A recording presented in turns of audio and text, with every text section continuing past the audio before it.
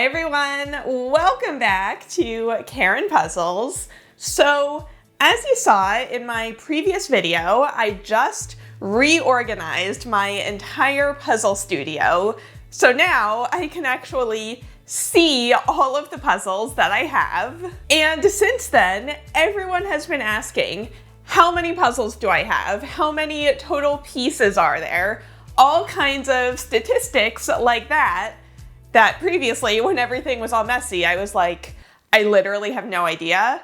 But now that everything's organized, I have answers for you because I really wanted to know too. So, okay, how many puzzles do I have?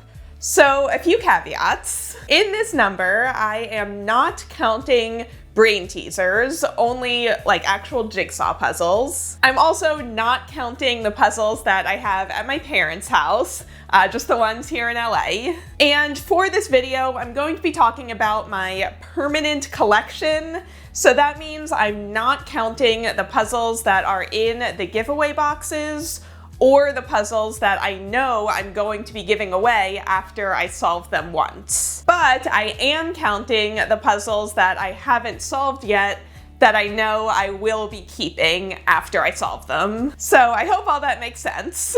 So here it is, the number of puzzles in my permanent collection, 318. That might not sound like a lot, but the number of puzzles that I excluded for being in the giveaway box or puzzles that I eventually will be giving away, that number is 62. So it's a very high percentage of puzzles that just kind of rotate in and out of my apartment. And that means that in total, there are 380 puzzles currently in the apartment. So, okay, this is the number that everyone on TikTok really wanted to know. How many total pieces are there in this room? So again, this is only going to be the total number of pieces in the permanent collection. And before I tell you, this will be fun. I want you to pause the video right here, go down and leave a comment with your best guess. And then after I tell you, you can just say whether you were close or not. So the total number of pieces, 308,271. That is so many puzzle pieces. I legitimately have a fear of, not necessarily somebody stealing my puzzles, but someone just getting really mad at me and coming into this room and mixing all the pieces together. Can you even imagine?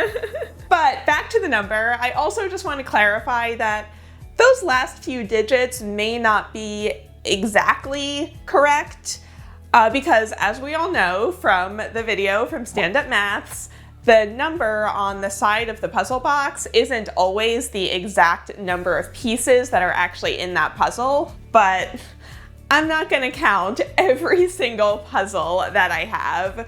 So I decided to just go with that round number. Also for the vintage Springbok puzzles, they just say over 500 pieces on the box, so I just went with 500 pieces. But still, over 300,000 puzzle pieces in this room. Although, to be fair, 64,000 of them are just in that one shelf.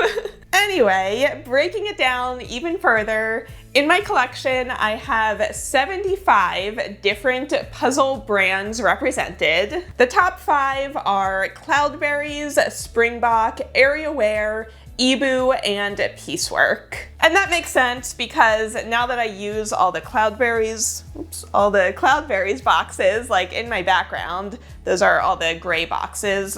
Pretty much none of them ever make it out to the giveaway pile anymore. And then Springbok, obviously I've been collecting a lot of the vintage Springboks. And with Piecework, these colorful boxes are all the Piecework puzzles. Their boxes are just so beautiful that, again, none of those ever make it to the giveaway pile. So then if we break it down by the number of pieces in the puzzles, Obviously, the most popular counts are 500 and 1,000, but as we know, this chart is not totally accurate because a lot of those in those two categories are actually slightly over 500 or slightly over 1,000. But if we look at the ranges, like groups together, it's actually pretty evenly distributed. Okay, so I was recently asked by someone what percentage of my puzzles I bought myself versus were gifted to me by the puzzle companies. And I really didn't have an answer. I estimated, I think maybe half or so. Well, when I made the spreadsheet, it was actually 60% gifted to me by the puzzle companies. I actually only bought 11% of my puzzles like new from the companies. Another 14% I bought off of eBay, so like a good quarter were puzzles that I bought with my own money. And then I decided to group together all of the puzzles that I got from viewers. So some of those I bought off of the viewers and some of them they decided just to give to me. So that chart was a little surprising, but honestly, getting gifted so many puzzles is like the #1 perk of this job. And then finally, the other big question is how much money I have spent on all of my vintage puzzles. I'm not gonna give you an exact number on that one. I'll just say it's in the low to mid 4 figures.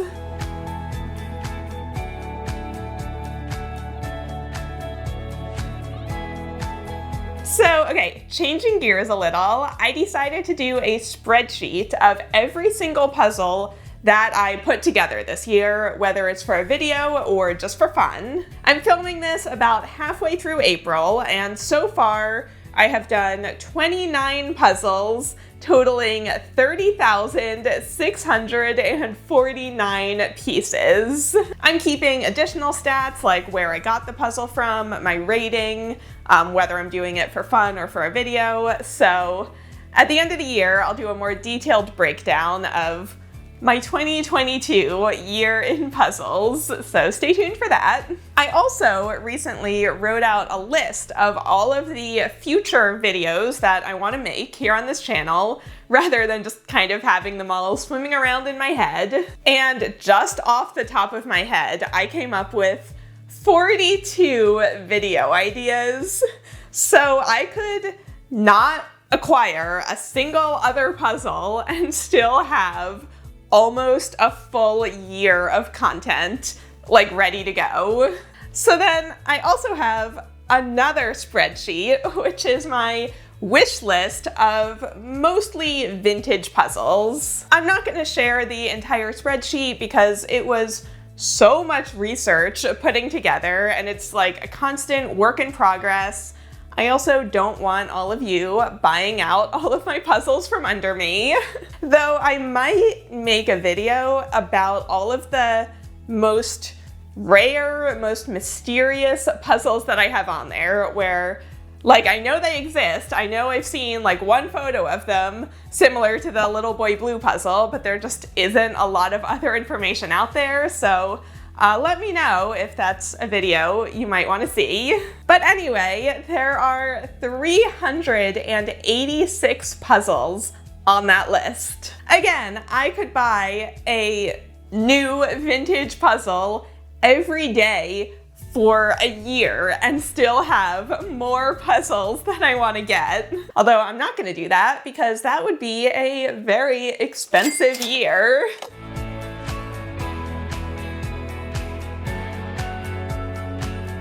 So anyway, I was also asked over on Patreon from a patron named Carolyn if I could break down all of the viewership demographics here on my channel. And I was like, sure, more statistics. You guys might like that. So all of this data is from the past year, meaning the previous 365 days from right now. So we have about 67% women and 33% men, with only 0.1% user specified.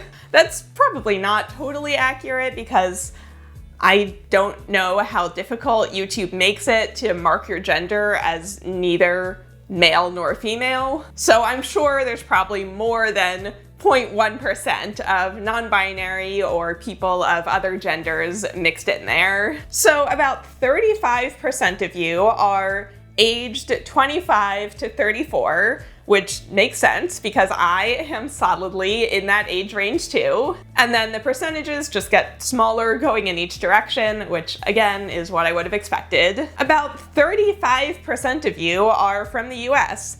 And then the next most represented countries are the UK, Germany, and Canada. And I actually would have thought it would have been more from the US, but I guess we're a very international group.